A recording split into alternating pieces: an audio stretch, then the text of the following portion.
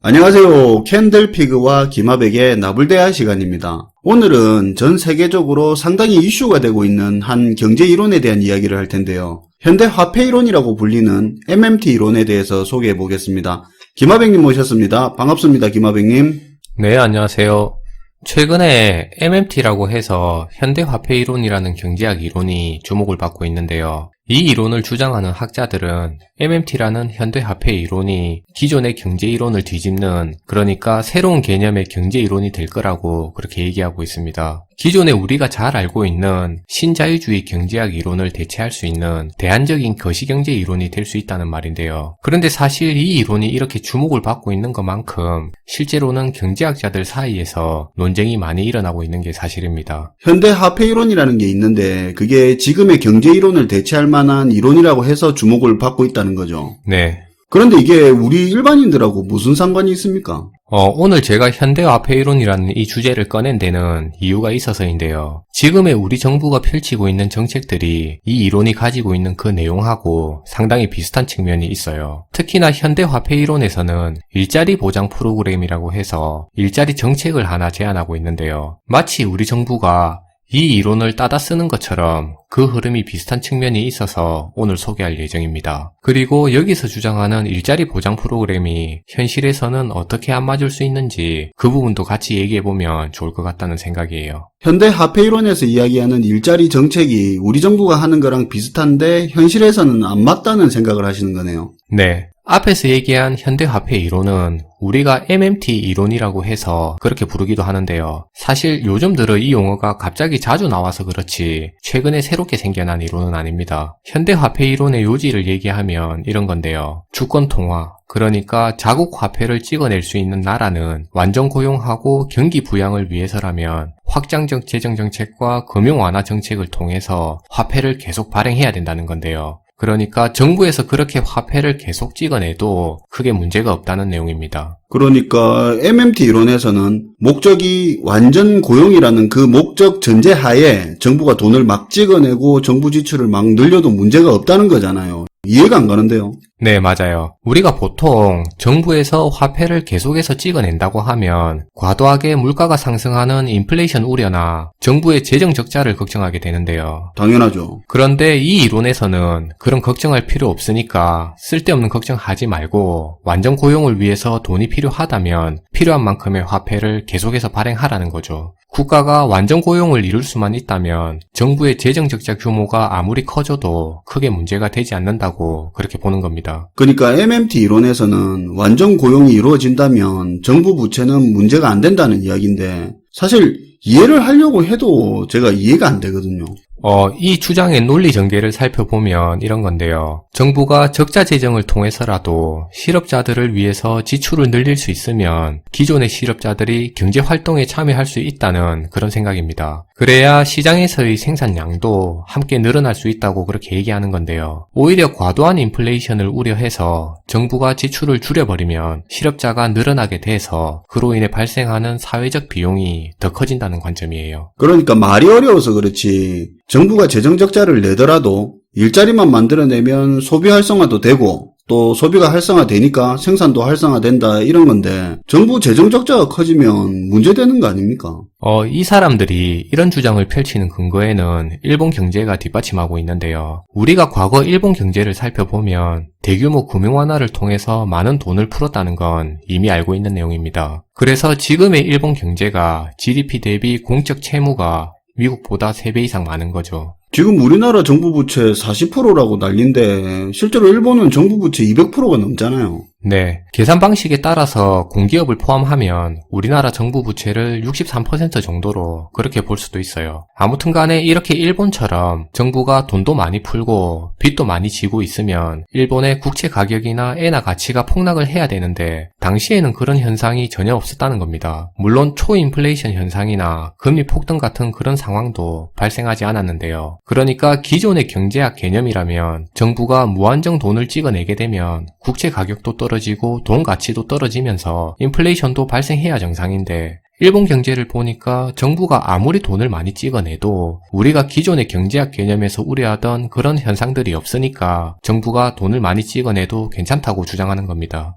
그러니까 MMT 이론을 주장하는 사람들은 완전 고용 목적으로 정부가 적자 재정하면서 돈 푸는 거는 문제 없다고 하는 건데, 반대하는 사람들이 무슨 이게 택도 아닌 소리냐 하니까 일본 실제 사례를 봐라, 그렇게 해도 문제가 없다, 이렇게 반론을 펼치는 거네요. 네. 그런데 사실 앞에서 일본의 사례로 제시한 저런 근거에는 개인적으로 동의하지 않는 부분이 있는데요. 일본의 금리가 지금 낮은 이유는 일본 중앙은행이 금융 완화 정책을 펼쳐서 시중은행들이 국채를 대량으로 샀기 때문에 지금의 일본 금리가 낮다는 겁니다. 이렇게 일본의 은행들이 국채를 사들여서 국채를 사려는 수요가 늘어나게 되니까 국채 가격이 올라가서 금리가 떨어지게 됐다는 말인데요. 그리고 일본의 공적 채무의 대부분을 부담하고 있는 건 지금의 일본 국민들이 되는데, 만약에 일본의 공적 채무의 대부분의 채권자들이 일본 국민이 아니라 외국 금융기관이나 다른 나라의 정부가 된다면 얘기가 완전히 달라질 수도 있겠죠. 결론적으로 단순히 일본 경제를 배경으로 해서 MMT 이론의 근거로 삼는 건 뭔가 많이 잘못됐다는 생각이 들고요. MMT 이론을 확대 적용해서 다른 나라까지 이 이론을 실험의 장으로 삼는 건 더 아니라는 생각입니다. 쉽게 이야기해서 대규모 정부 부채가 괜찮다고 하는 사람들은 일본 사례를 주장하면서 괜찮다고 하잖아요. 네. 실제로 일본 정부가 부채가 많은 건 사실인데 국채의 대부분을 일본 국민이 가지고 있기 때문에 상대적으로 안정적이다 보니까 문제가 안 생긴 거지, 이걸 굳이 일본 사례까지 들면서 끼워 넣지 마라, 이런 말이네요. 네, 맞습니다. 그런데 지금의 우리 경제를 살펴보면 마치 MMT 이론의 실험실이 되어가는 듯한 그런 비슷한 냄새를 풍기고 있는데요. 그것도 이 이론을 정확하게 실천하는 것도 아니고 어설프게 흉내내고 있는 듯한 그런 느낌을 받고 있습니다. 어떻게요? 우리나라 정부의 내년도 예산을 추정해보면 대략 500조 플러스 알파로 그 정도로 될 걸로 예상하고 있는데요. 여기저기 기사를 통해서도 쉽게 확인되고 있는 내용이에요. 최근 저금리에 저물가 현상까지 일어나면서 우리 정부는 금리 인하와 같은 통화정책의 여력이 많이 사라졌는데요. 그래서인지 지금의 정부 정책을 보게 되면 확장적 재정 정책 쪽으로 그 무게중심이 많이 기울어져 있어요. 예, 최근에 많이 그렇게 보이죠. 네. 그런데 우리 정부가 펼치는 확장적 재정 정책을 살펴보면 특히나 일자리와 관련해서 신경을 많이 쓰고 있는 모습인데요. 주 52시간 문제부터 최저임금 인상 문제, 공공일자리 확충 문제 같은 그런 경우가 특히나 신경 쓰고 있는 부분이 될 겁니다. 그런데 정부에서 펼치고 있는 이런 일자리 관련 정책들은 MMT 이론에서 제시하고 있는 일자리 보장 프로그램하고 사실 많이 닮아 있는데요. 어느 부분이 얼마만큼 닮아 있는지 지금부터 그 내용을 한번 소개해 볼게요. MMT 이론에 따르면 민간이 기업을 운영하다 보면 필연적으로 실업이라는 문제는 발생할 수밖에 없는데요. 이렇게 민간에서 고용을 완전히 해결할 수 없으니까 결국에는 정부가 적극적으로 나서서 재정을 풀어서 공공근로를 확대해야 된다는 겁니다. 그러니까 정리해서 얘기하면 각 나라마다 실업자 수나 그 규모가 다 다를 수는 있겠지만 어쨌든 각 나라마다 실업자 수가 많으면 많은 대로 적으면 적은 대로 해서 그 규모에 맞게 정부가 재정을 확 풀어서 민간 실업자들의 일자리를 무조건 보장해야 된다는 거죠. 실업자가 생기면 그 숫자가 얼마가 됐든 무조건 정부가 고용을 한다는 게 포인트네요. 네, 맞아요. 그런 개념이에요. 그렇게 되면 이론적으로는 완전 고용이 되는 겁니다. 정부 재정이 적자가 됐든 어쨌든 실업자는 없는 거네요. 네. 그게 MMT 이론에서 말하고 있는 일자리 보장 프로그램이에요. 정리를 하면 MMT 이론에서는 완전 고용이 목적이라면 정부 부채가 얼마나 늘든 문제가 없다고 이야기하고 있는데, 이 돈을 공공일자리 만드는 데 써서 실업률이 제로가 돼버리면 소비가 증가하고 생산이 증대돼서 전체적으로 경기 부양이 된다는 그런 개념이죠. 네. 여기서 중요한 포인트는 민간의 노동시장에서 발생한 그 실업자들을 정부가 싹 쓸어가 버린다는 그 부분이에요. 그러면 민간기업에서 근로자가 더 필요하면 어떻게 되는 거죠? 실업자가 있어야 고용을 할 거 아닙니까? 전부 일하고 있는 상태잖아요. 민간기업에서 근로자를 추가로 고용하려면 적어도 공공일자리에서 제공하는 그만큼의 임금은 최소한 보장해줘야 근로자들을 땡겨올 수 있는 겁니다.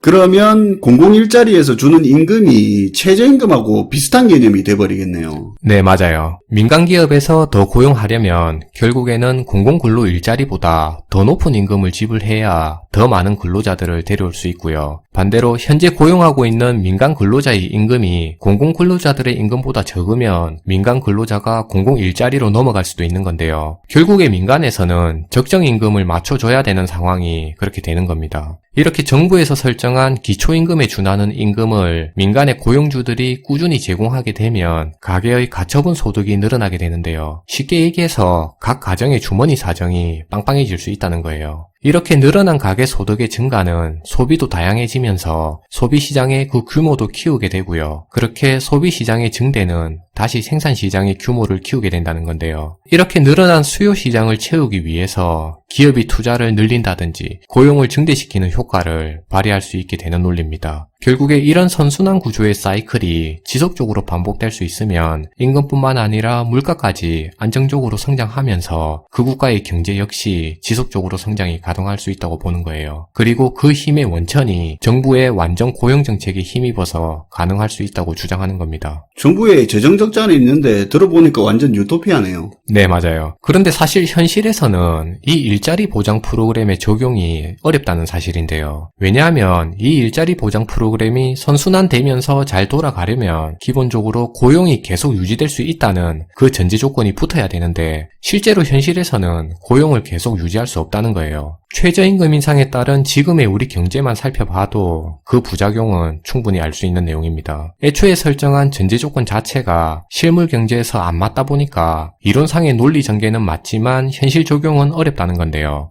학창 시절에 물리학 문제를 풀다 보면 문제를 풀 수 있는 전제 조건을 깔아놓는 경우가 있는데 예를 들면 이런 겁니다. 단 공기 저항은 없는 걸로 가정한다. 단 마찰력은 없는 것으로 가정한다. 이런 식으로 문제에 적혀 있던 걸 기억하실 거예요. 사실 이런 식으로 문제를 낸다고 해도 문제를 푸는 데는 전혀 논리적 오류가 발생하지 않는데요. 전제 조건을 미리 설정해서 그 조건 내에서 공식을 적용해서 문제를 푸는 거니까 해답 역시 명쾌하게 나올 수 있는 겁니다. 그런데 우리가 살아가고 있는 현실에서는 그런 전제 조건 같은 건 전혀 존재하지 않는 거죠.